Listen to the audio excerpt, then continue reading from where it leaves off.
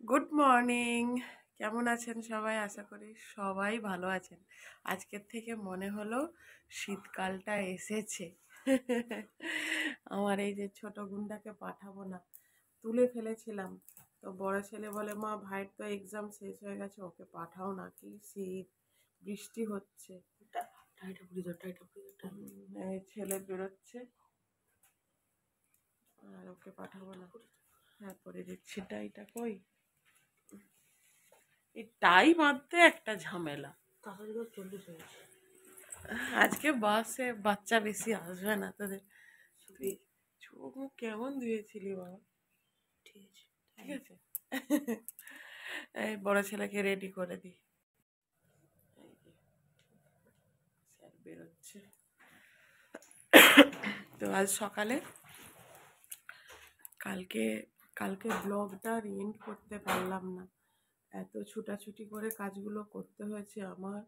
অসহ্য কোমরের যন্ত্রণা হচ্ছিল, ওপর নিচ প্রচুর হয়েছে, যার জন্য আমি যে শেষ করব ব্লগটা আর পারলাম না।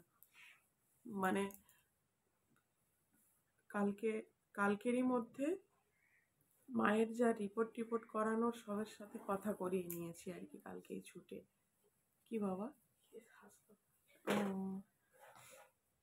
কারণ এই মায়ের যে চোখ কাটানোর এটা খুব তাড়াতাড়ি নিয়ে নিয়েছি, তো যার জন্য এই রিপোর্ট যেগুলো ইসিজি, তারপরে সুগার টেস্ট, এইগুলো সব মানে আজকে করিয়ে নিতে হবে। যার জন্য কালকে ছুটে ছুটে আমাদের আশেপাশেই রয়েছে, কিন্তু ওগুলো তো গিয়ে গিয়ে সব বলে এলাম, এই সকাল থেকেই সব আসবে এগুলো করাতে। তাহলে চলুন আজ থেকে আবার একটা দিন লড়াই শুরু করি। এখন ঘুমটা ঘুমাবে, তুলবো না, বেশ ঠান্ডা। আমার ছেলেকে তাই ছাতা দিয়ে স্কুলে পাঠাতে হবে। শীতকালে ছাতা হেভি ভালো লাগবে দেখতে, বল বাবা। ব্লেজার নিয়ে যান, কানটায় ঢাকা দিয়ে। চলুন তাহলে আজকের থেকে একটা নতুন করে মর্নিং দিয়ে শুরু করি।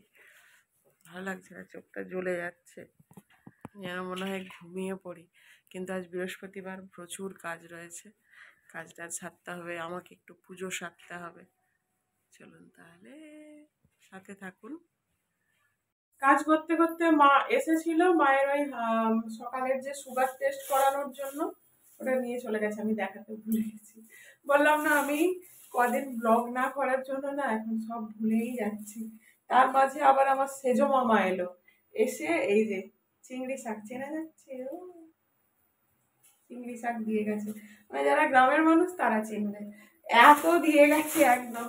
এই যে মামা এসেছিল 8টার সময়, দিয়ে গেল। আর আমি করেছি, আমি এই রান্নাঘরে এলাম, ঘর মুছতেছিলাম, মুছতে মুছতে হাত ধুয়ে এলাম। আমি বলি, আমাদের মা থাইরয়েড কোলেস্ট্রলের ওষুধ খায়।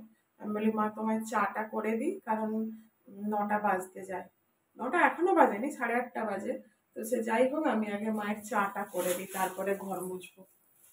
বড় ঘরটা মোছা হয়ে গেছে, তো এই ঘরটা মুছবো, এখন রাখি, এটা বুঝি আর চাটা করি। সকালে মা আদা দিয়ে চা করে দিই, লাল চা খায়, একটু লাল চা করে দিই, কেমন?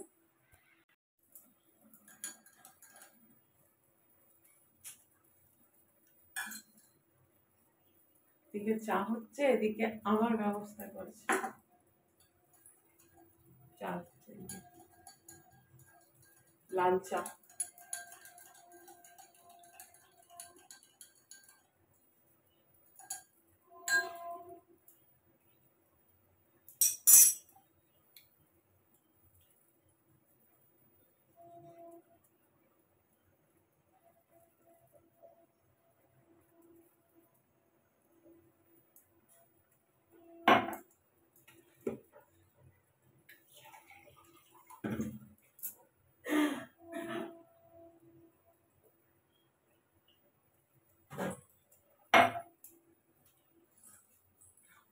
মায়ের চাটা দিয়ে দিই আগে, টক।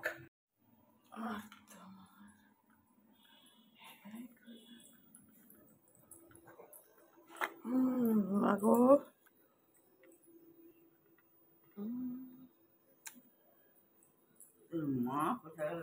আজকে বৃহস্পতিবার না, পুজো টুজো করে আসবে, দেরি হবে। আমিও তো হয়ে গেছে পুজো পার্বণ সারা দিয়ে, এবার খেতে বসবো। দুটো মাকে মুড়ি দিই, আর আমাদের আলু সেদ্ধ আছে, আমার মা দুধ ধরতে গেছিল, চানাচুর নিয়ে আসতে বললাম, ঝাল চানাচুর এই যে এনেছে। আর আজকে মুগের ডাল হবে, মুগ ডালটা আনা ছিল না, থাকে সাধারণত আনা, আজ আনা ছিল না। মুড়ি খাবার ব্যবস্থা হচ্ছে, শশা কাটা হচ্ছে, আলু মাখা হবে, দিয়ে মুড়ি টুড়ি খাবো, পুজো পার্বণ সব সারা।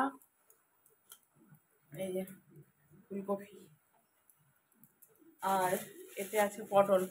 রান্না বান্নার জোগাড় করি, তারপরে দেখাচ্ছি কি রান্না হবে, তার আগে মুড়ি খাই, খিদে পাচ্ছে। চলে এলাম খাওয়া দাওয়ার পর সোজা রান্নাঘর, রান্না বসিয়েও দিয়েছি। এই যে একদিকে দুধ গরম হচ্ছে, এদিকে কড়া বসিয়েছি, কড়ার মধ্যে নাড়বো কি আজকে করব, এই যে মুগের ডাল, এই দেখা যাচ্ছে, আলু পটল দিয়ে মুগের ডাল করব। আর এই যে ফুলকপি দেখিয়েছিলাম, ফুলকপি, আলু দেখাচ্ছি, আমরা খাবো 5-6 জন। এই যে আলু, এই আলুটা দিয়ে ফুলকপি দিয়ে আর ছেলেদের সয়াবিন দেবো, ব্যাস একটা একদম আদা জিরে পোস্ত টোস্ত দিয়ে কষা কষা একটা গামাখা তরকারি। আর মুগের ডাল আদা জিরে দিয়ে, নিরামিষ কি আর করবো এই ছাড়া। সবেতেই আজকে ঘি মারবো, আমাদের মা ঘি খায় না, মানে আমার শাশুড়ি মা ঘি খায় না আর কি, লুকিয়ে লুকিয়ে ঘি মারবো। আমি নিরামিষ রান্না করলে না তরকারিতে একটু ঘি দিই, দিয়ে দেবো একটু ঘি। চলুন তাহলে রান্না শুরু করি। এই যে আর ডালটাকে নেড়ে নিয়েছি, শুকনো খোলা এমনি ডালটা নেড়েছি। এই যে ডালটা বসাবো, ওই দিকের কড়ায় ডাল বসাবো, ওই দিকটা এদিকটা তরকারি এটা করবো, ফুলকপি টপিগুলো নাড়ানাড়ি করবো। চলুন রান্না বান্না সেরে নিই। মায়ের এই যে ইসিজি করাতে এসেছে, যেহেতু পরের দিনই রয়েছে চোখের ছানি অপারেশান, তো আমি তো থাকি 3তলায়, মাকে বারে বারে উঠানো নামানো মায়েরও অসুবিধে, যার জন্য সব কিছুটাই আমাকে বাড়িতেই ব্যবস্থা করে নিতে হয়। তো আমাদের পাশেই রয়েছে, ওই ইসিজি করাতে এসেছে, আর ব্লাড টেস্টটাও করিয়ে নেবে। সকালে নিয়ে গেছিলো ব্লাড, ওটা দেখাতে ভুলে গেছি। আমি এখন বলি না, ব্লগ মানে মাঝে এই থেমে থেমে ব্লগ করছি, যার জন্য অর্ধেক জিনিস ভুলেই যাই শেয়ার করতে। তো সকালে ব্লাডটা নিয়ে চলে গেছে, তারপরে এটা দুপুরের পর এসেছে, মানে ভাত খাওয়ার পর। তো ইসিজিটাও করিয়ে নেবে, আর খাওয়ার পর যে ব্লাড টেস্টটা ওটাও করিয়ে নিয়ে একেবারে নিয়ে চলে যাবে। আর রিপোর্টগুলো আমাকে দেবে সন্ধ্যের সময়। ওই যে দাদাটা, হলুদ জামা পরা দাদাটা, উনি সন্ধ্যার সময় বলেছে আমি এসে দিয়ে যাব, আপনাদের আর এ করতে হবে না, মানে ছুটাছুটি করতে হবে না, আমি দিয়ে চলে যাব বলে। তো এগুলো করিয়ে নিই, তারপরে তো মেন কাজ রয়েছে না। তোমার কতটা ঠান্ডা লেগেছে গো? 100টা ঠান্ডা লেগেছে। ও বাবা, হ্যালো গাইস, কে মিথ্যাবাদী এখানে? আলু সামন্ত গাইস বলছে ভালোই ঠান্ডা, মানে ভালোই বলতে বেশ ঠান্ডা, যাকে বলে বেশ ঠান্ডা। ওই যে ছোট ছেলেকে মোজা ফোজা সব পরিয়ে দিয়েছে, ঠান্ডা। এখন একটু বিশ্রাম নেই, তারপরে কথা আছে, কম্বল ঢাকা নিয়ে শুয়ে পড়ি। গুড ইভিনিং, এই যে রেডি হয়ে পড়েছে, একটু নিচে যাব। আর একটু শুয়েছিলাম, ভালো লাগছে না, আমার কোমর পেছনের সিটটা খুব যন্ত্রণা হচ্ছে, ভালো লাগছে না। মা শুয়ে আছে, মানে আমার মা, আমাদের মাও ঘুমাচ্ছে, উঠেনি, সন্ধ্যা হয়ে গেল।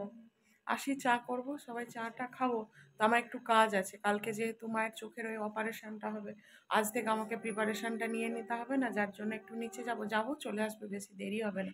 আর এই যে ফোনটায় ব্লগ করছে, এই ফোনটার আমার নেট রিচার্জ করাতে হবে, মানে শেষ হয়ে গেছে, ভ্যালু শেষ হয়ে গেছে, ফোন যাচ্ছে না। এমনি যে নর্মাল ফোন করবো, দেখো ও আসি গো, কিছু আর আনতে হবে না তোমার, এমনি যে নর্মাল রিচার্জ করাতে হবে আর কি, এই জন্য যাচ্ছি আরও বিশেষ করে। নেমে পড়েছি, তাহলে চলুন ছুটে ঘুরে আসি, এসে মা উঠুক চা ফা করবো। এসে একটু চা খেয়ে নিয়েছি, আমি খালি দেখাতে ভুলে যাই। এসে একটু চা খেয়ে যে আটা মাখতে বসে পড়েছি, আটা ডিশ বাটি নিয়ে আটা মাখবো। চা খেলাম সবাই মিলে, মাকে তুললাম, চা দিলাম, চা খাওয়া বাসনটা দেখাই, চা খাওয়া হয়ে গেছে, চা খেয়ে এই যে বসে আছি। তরকারি রয়েছে ও বেলায়, আর মা ইয়ে করেছিল এই যে খাসারি কড়াই, বোঝা যাচ্ছে ওই যে খাসারি কড়াই এনেছে। আমি রুটি খাবো না, আমি মুড়ি খাবো একে দিয়ে, কাঁচা লঙ্কা কেটে।